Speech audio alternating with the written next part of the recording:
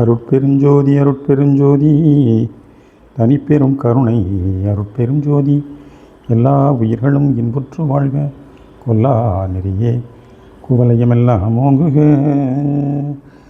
திண்டுக்கல்லிலே வாழ்ந்த சுவாமி சரவணானந்தா அவர்கள் திருவருட்பிரகாச வள்ளல் பெருமான் இந்த உலகிற்கு உயர்த்தளித்த சுத்த சன்மார்க்க நெறியினை எளிமையாக புத்தக வடிவிலும் தமது சொற்பொழிவுகள் மூலமாகவும் விளக்கியவர்.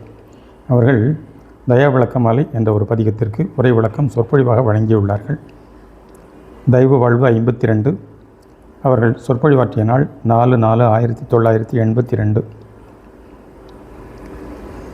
சென்ற வார பாடல் மெய்யுறக் கொண்டருள் புரியே என முடிவடைந்து இவ்வார பாடல் மெய்யுறும் இரவா என தொடங்கப்பட்டுள்ளது. மெய்யுறும் இரவா வியன் முடிவொன்றே மேதினியோர் குறிக்கொள்ள கையுறும் கருணை கனியனவெனக்கு காட்சி சேர் நல்லனுபவத்தை செய்யுறத் தருவாய் சேர்ந்தவர் எவர்க்கும் செந்நிலை இதுவெனத் தெளிய ஐயுறல் ஒழித்து அருளறி வழித்து ஆர்கொளச் செய்திடுவாயே.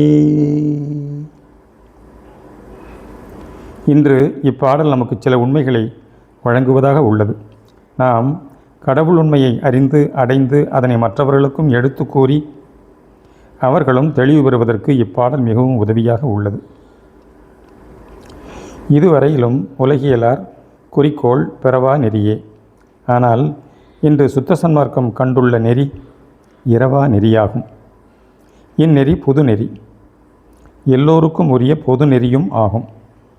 சன்மார்க்க நெறி சாதி சமயம் இன வேறுபாடு கடந்தது. பரம்பொருளை அருட்பெரும் ஜோதிபதியாக கண்டுகொண்டது. அருட்பெரும் ஜோதி என்பதை அருள் எனவும் ஜோதி எனவும் இரண்டாக பிரிக்கலாம். அருள் இறைவனின் தன்மையாகவும்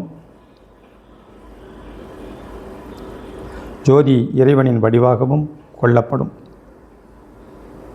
இன்று அருள் வேறு ஜோதி வேறு என இரண்டுபடாத ஒன்றான தயவு என்ற ஒப்பற்ற மந்திரம் கிடைக்கப் பெற்றுள்ளோம்.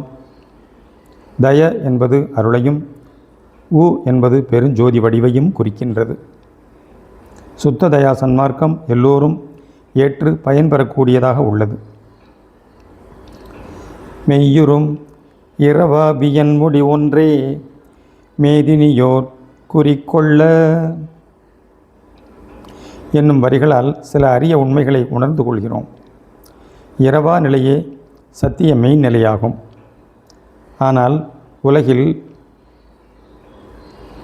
இதற்கு முன் தோன்றிய ஞானியரும் மகான்களும் பிறவாமையையே வேண்டி பெற்றனர். பிறவாமை என்பது ஆன்ம நிலையில் அடங்கி போவதே முடிந்த நிலையாக கருதினர். இக்காரணத்தால் அவர்கள் உடலையும் உயிரையும் வெறுத்தனர். உடலும் உயிரும் இல்லாத காரணத்தால் அவர்கள் முயன்று பெற்ற இன்ப நிலையும் பயன்படாமல் அனுபவ வாழ்வு பெறாமல் போயினர். இன்று சன்மார்க்கம் வழங்குவது அனுபவ வாழ்வு ஆகும். சன்மார்க்க நெறியில் உடலும் உயிரும் அவசியமாகும். இக்கருத்தை அவ்வை குறள் ஒன்றினாலும் அறியலாம். உடம்பை பெற்றதன் பயனே உடம்பினுள் இறைவனை காண்பதே ஆகும். இறை உண்மையை அறிந்து அடைவதற்கு உடல் வேண்டும் என்பதை உணர்கிறோம். அவ்வை குறள் உடம்பினை பெற்ற பயனாவதெல்லாம் உடம்பினில் உத்தமனை காண். இப்பாடலின் முதல் வரியில் மெய்யுறும் என்று குறிக்கப்பட்டுள்ளது. மெய் என்றால் சாதாரணமாக உண்மை என்றும் வாய்மை என்றும் பொருள் கூறுவர். வடமொழியில் மெய் என்பது சத்தியம் என்ற ஒரே சொல்லாக விளக்கப்படுகிறது. மெய் என்பது கடவுள் உண்மையை தன்னகத்தே கொண்டு விளங்குகின்றது. இம் ப்ளஸ் ஏ மே ஆகும். இவற்றுள் இம் என்பது ஜோதியையும் ஏ என்பது 7வது எழுத்து, அது 6 ஆதாரம் கடந்த நிராதார நிலையையும் குறிக்கும். ஈ என்பது ஆன்ம நிலையைச் சுட்டும். மெய் என்பதற்கும் மை என்பதற்கும் பொருள் வேறுபாடு உண்டு. மை என்பது தன்மையை விளக்குவது. உள்ளிருந்து வெளிப்படும் மை தன்மை உண்மை எனப்படும். வாய்மொழியாக வெளிப்படும் மை தன்மை வாய்மை எனப்படும். செயல் மூலம் வெளிப்படும் மை தன்மை மெய்மை எனப்படும். மேலும் மெய் என்பது உடல் என்ற பொருளையும் தருகிறது. உடலுக்கு மெய் என பெயரிட்டதே ஆக உண்மையை விளக்குவதன் பொருட்டே ஆகும். மெய்யாகிய உடலின் உள் விளங்கும் ஆன்மா மெய்யானது, நித்தியமானது. ஆன்மாவைச் சூழ உள்ள உடலும் அருள் ஒளியால் நிரம்பும்போது மெய்யாக விளங்குவது, அழிவற்ற தன்மை பெறக்கூடியது. ஆகையால் மெய் என உடலை குறித்தனர்.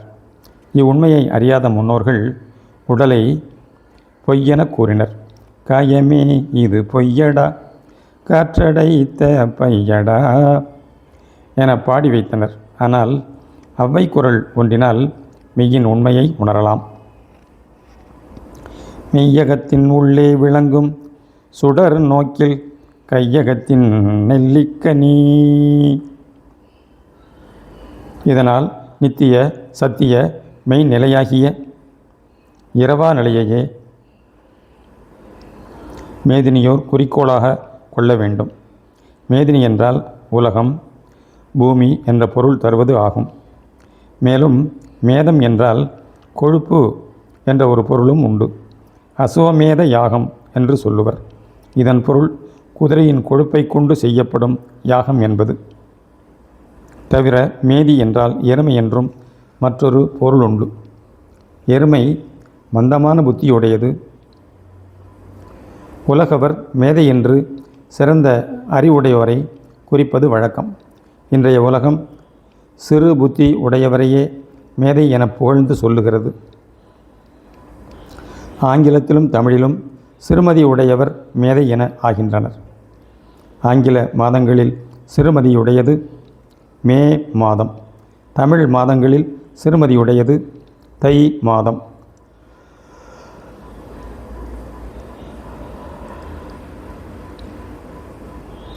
இரண்டு மாதங்களின் பெயர்களையும் இணைத்தால் கிடைப்பது மேதை என்ற சொல்லாகும். ஆகையால் குறுகிய எண்ணங்களில் உழல்கின்ற மேதினியோர் உலக மக்கள் இரவா நெறியை தம் குறிக்கோளாக கொள்ள வேண்டும் என வலியுறுத்தப்படுகிறது. குறிக்கோள் என்பது நோக்கம், இலக்கு என்னும் பொருளை தருகிறது. இறைவனின் நித்திய தன்மையை பெறுவதே நமது இலக்காக இருக்க வேண்டும். இக்கருத்தை கொண்டே கோல் GOAL என்னும் சொல் அமைந்துள்ளது. GOD என்பது இறைவனையும், ஆல்மைட்டி ALMIGHTY என்பது எல்லாம் வல்ல நிகரற்ற தன்மையையும் குறிக்கும். இவ்விரு சொற்களில் உள்ள காட் என்பதில் உள்ள GO என்ற இரு எழுத்துக்களையும், ஆல்மைட்டி என்பதில் உள்ள AL என்ற இரு எழுத்துக்களையும் இணைத்தால் GOAL கோல் என்ற சொல் கிடைக்கிறது. நித்தியமான பரம்பொருளை சார்ந்து கொண்டு அவர் மயமாகி வாழும் தன்மையே இரவா வியன் முடிவு ஆகும். இந்த ஒப்பற்ற தன்மையை பெறுவதே நமது கோல் GOAL ஆக குறிக்கோளாக இருத்தல் வேண்டும். கையுறுங்கருணை கனி எனவெனக்கு காட்சி சேர் நல்ல அனுபவத்தை செய்யுறத் தருவாய், சேர்ந்தவரெவர்க்கும் செந்நிலை இதுவென தெளிய என்னும் வரிகளால் இறை அனுபவம் எப்படி பெறுதல் வேண்டும் என்பதை உணர்ந்து கொள்கிறோம். இங்கு இறைவன் கருணைக்கனி என இயம்பப்படுகிறார். இறைவன் கண்ணற்கனி, அக்காரக்கனி, கற்பகக்கனி, கருநெல்லிக்கனி, சிற்றம்பலக்கனி என பல விதங்களில் போற்றப்படுகிறார். நெல்லிக்கனி என கூறப்பட்டுள்ளதை அகவல் வரியினால் அறியலாம். நீ என்ன செய்தவிற்கும் நெல்லி எங்கனியே. நெல்லிக்கனி தாகத்தை தணிப்பது, உடலின் வாத பித்த சிலைத்தும நிலைகளை சமமாக வைத்திருப்பது.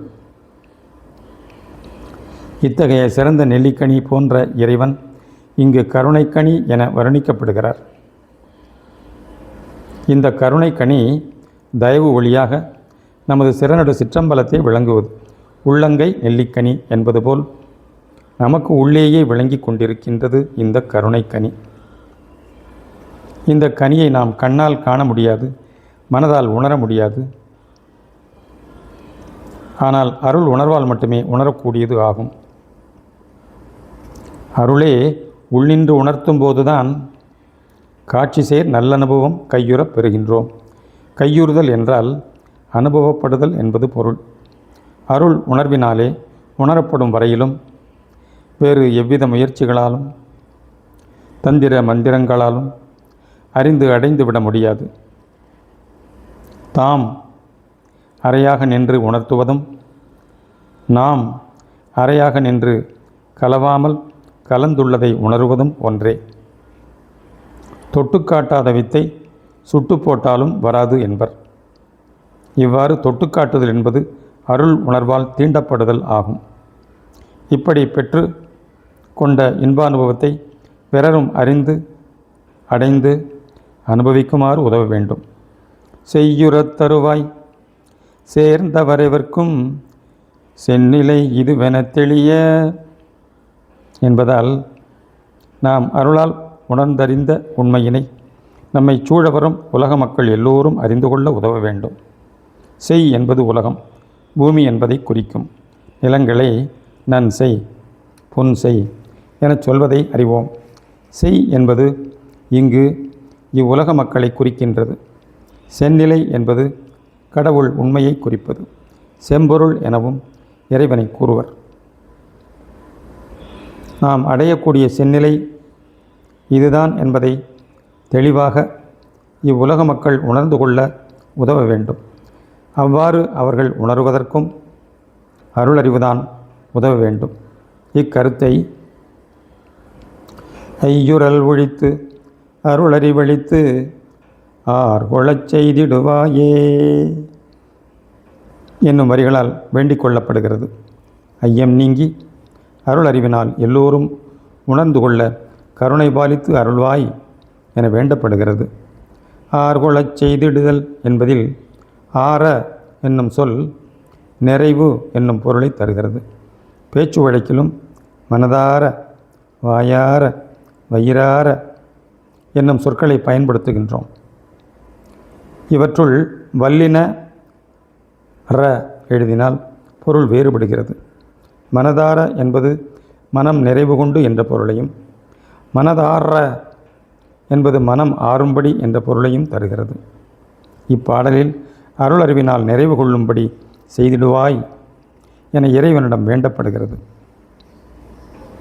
கடவுள் ஆகிய பரம்பொருள் ஒன்றே நித்திய மெய்ப்பொருளாகும். அதுவே தன்னுண்மையை மனித வடிவில் வெளிப்பட்டு அனுபவத்தில் விளங்கச் செய்யவே இம்மானுட தேகம் தோற்றுவிக்கப்பட்டுள்ளது.